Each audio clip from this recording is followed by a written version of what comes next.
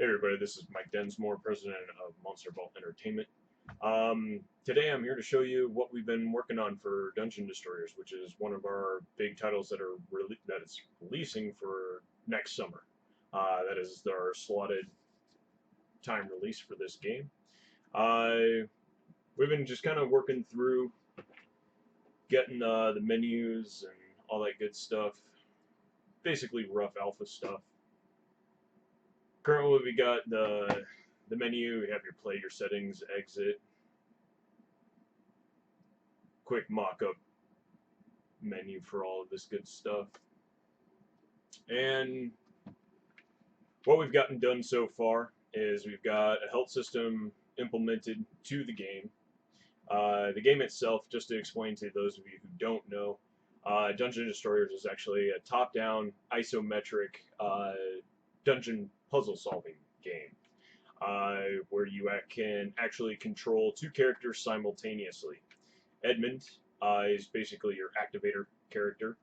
He controls traps, activating and deactivation of traps, as well as the destruction of pillars in order for you to progress further through the game, which are supporting the levels and basically holding you away from going down to the next level.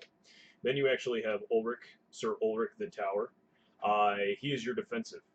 He is a free-roaming controllable shield around Edmund to protect him from the elements or hazards within the actual level itself. Um, so pretty much you're going to have to move around with both characters simultaneously, so you are going to have to be careful.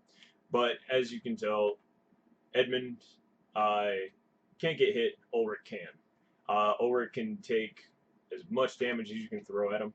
The only thing that he does take damage from is fire, which I don't think it's not working right now, and spikes.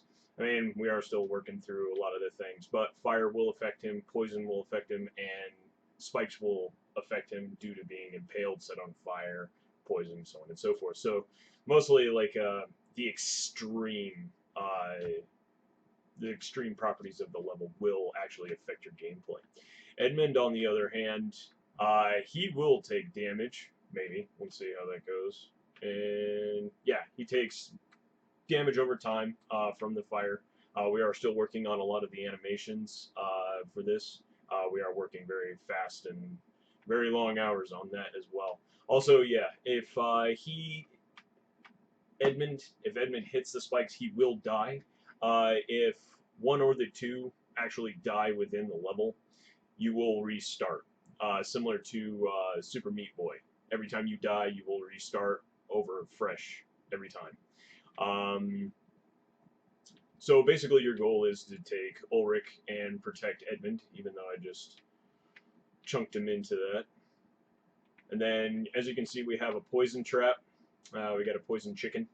Yeah, beware the chicken. There's no Leroy in this one. And you can also, I mean, you can go through time attacks. We do have turrets. We are working on the animations for those as well. The turrets will rotate. The basic prowess of the game, yeah, it's gonna get rough. It's gonna once you get past like the first dungeon, it's gonna be a lot like Dark Souls, and you're gonna probably break a controller or two. But the first level is to basically teach the players how to play the game.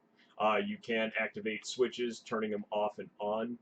Right now, we're just kind of using hitboxes until we get the animations down for the characters themselves. So now you can actually deactivate. We've been doing a lot of trigger events, things like that for the game itself. And then because the reason why we want the traps to activate or deactivate is to allow the players to basically work around, because the way the levels are going to be set up is you're going to have to activate and deactivate traps in order to kind of move through the dungeon, because it will affect different resources within the dungeon. So walls will slide, trap doors will open or close, and also allowing you to use Ulrich and Edmund effectively with each other as a team. So one character is not more powerful than the other. You do have to progress through the entire level together.